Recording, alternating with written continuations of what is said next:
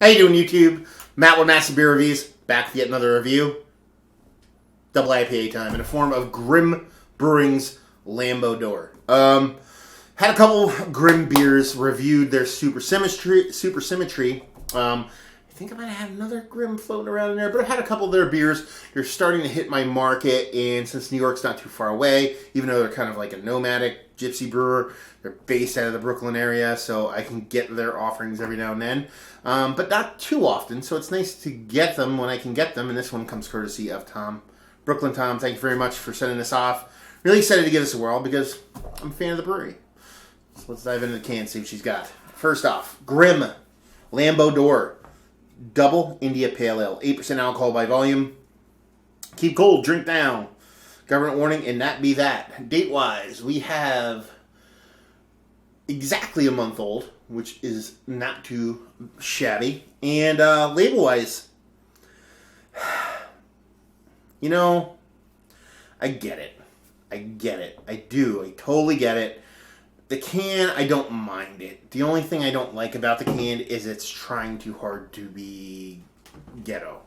I love me ghetto labels. I grew in beer, drinking Belgian beers. Traditional Belgian labels, probably some of the more ghettoist labels you could possibly imagine. But this one just looks like it's trying a bit too hard to be ghetto. It's like, you know, obviously someone just went into MS Paint and tried to do, like, draw a couple wheels and, like, a Lamborghini door and then just kind of, you know, made it blue and gray. And the color scheme works. I think it's eye-catching, but it's the Tim and Eric show of fucking cans. It's just, it's trying to be, what's the word I'm looking for? There's unintentional comedy, then there's intentional, unintentional comedy. Do you know what I mean? That's what Tim and Eric show is. That's why that show sucks, because it's trying to be unintentional comedy. It's intentional, which is not funny, but people think it's funny, and those people are retarded.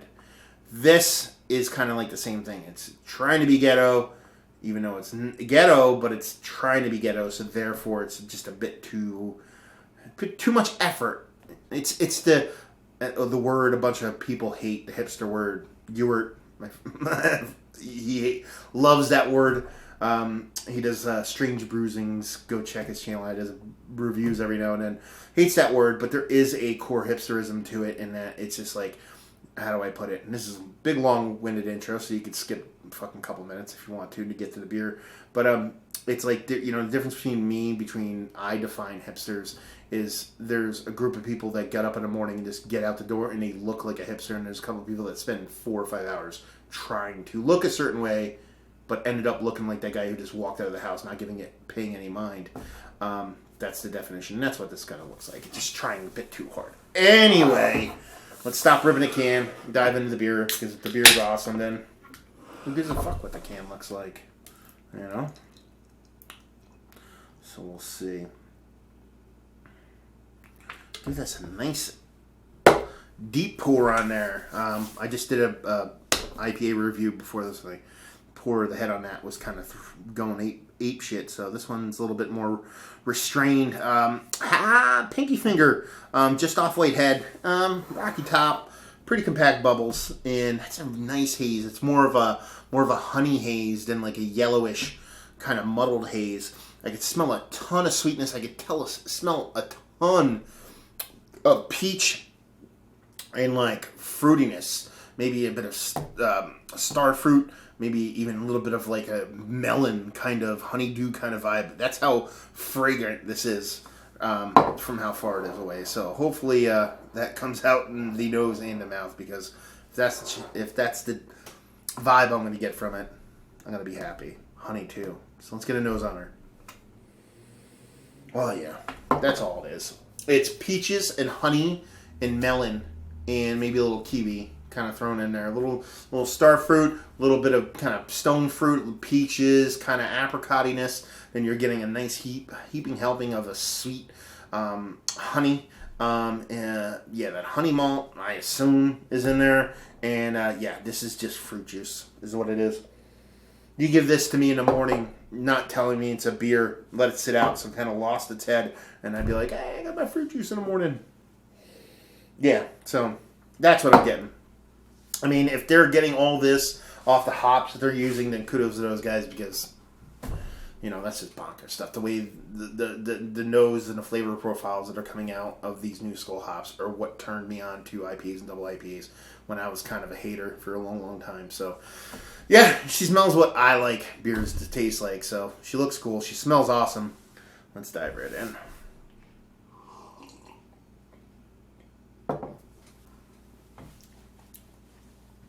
It's fruit juice. Double fruit juice. Not nearly as explosive as you would think off the nose, but it's still there. And you get that, the coolest part about it, and why I said fruit juice, is you're getting the flavors of those fruits, and it's pretty much following the nose to a T. And the peaches and apricots and a little bit of star fruit, and then some melon, like honeydew, kind of maybe even cantaloupe. I don't even fucking know at this point. But what you're also getting is that kind of that subtle, bitter acidity that you typically get from a fruit juice too, where it's kind of like, okay, you chug a fruit juice too hard, you get a little bit of burn, you get a little bit of that going on. You're kind of getting that vibe in this too. Almost drinks like fermented fruit, but it is a beer. You know, it's beer. You're getting that honey malt in there, and a subtle biscuity kind of bready malt, but the honey's dominating. And just across the board, it's just what I like. This is how I like beers to be in the IPA world. It's not my favorite. I mean, there's a couple I'd put ahead of it. Predominantly, like, you know, your Treehouse variants of Julius and stuff like that. They just do it for me because they do add a little bit added level of dankness to it. Not that this doesn't have that, but it's very subtle. It's all about the juiciness. And you do get a little bitterness, so it's not all sweetness on this, but predominantly all that juiciness. And that's what I like, man. Even it's just fruit juice. How many times can I say fruit juice in a fucking review? So there you go. Let's talk about it. Is it one of the better double IPAs? Double IPAs, I don't want to put an asterisk on it because it is 8%, but there's double IPAs that are 7.5, 7.6%, or single IPAs. So, I mean, it's on that cusp. You've seen bigger, you've seen smaller. So, double, regular IPA, the whole across the board, yes. It is what I like. This is for me. This is the kind of beers I dig. So, this is definitely one of the better ones I've had as of late. None of this outside looking in bullshit. This is in there. Would I buy it again? Fuck yeah, I would if I could, but it's Grimm, so I probably can't. So, that sucks. Value and availability, no idea. I actually don't know how their cans run price-wise, so hopefully somebody chimes in. Availability, I assume you have to be in the Brooklyn area. Since they are kind of a gypsy brewer, more of a nomadic brewer, I assume they kind of pops up at select locations that they choose to distribute to. Or maybe they're just doing releases at the brewery that they're brewing at the time. But I when I was in New York, I don't think I saw, besides draft, I don't think I saw any Grimm bottles or cans floating around the city at all. So, and I did my fair share of hunting, so I assume it's not easy to come by. And let's just say this: if you like what we like this, if you like your juicy New England IPAs, your Treehouse, some Trillium offerings, that kind of vibe going on up in there. You're even up in the Maine where you get your foundation, that kind of stuff. You like your Uber juice. You like fruit juice in general, you'll like this. You like honey malt in your beers, you'll like this. And you like a really nice mouthfeel, which I didn't even talk about because it has that in spades. Just a really nice beer all across the board.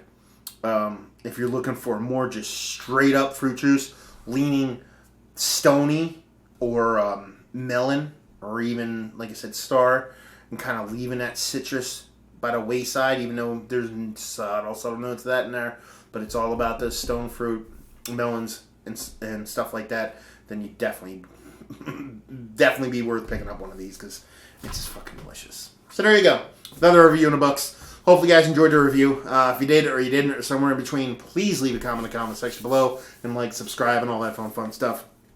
If you want to check us out anywhere else on the internet, you can. Facebook, Twitter, Instagram, Untapped, Massive Beers in all 4 of those places. And yeah, another review down. So hopefully you guys enjoyed the review. Hopefully you're enjoying a beautiful fruit juice bomb of a beer right now. And hopefully see you next time. Cheers.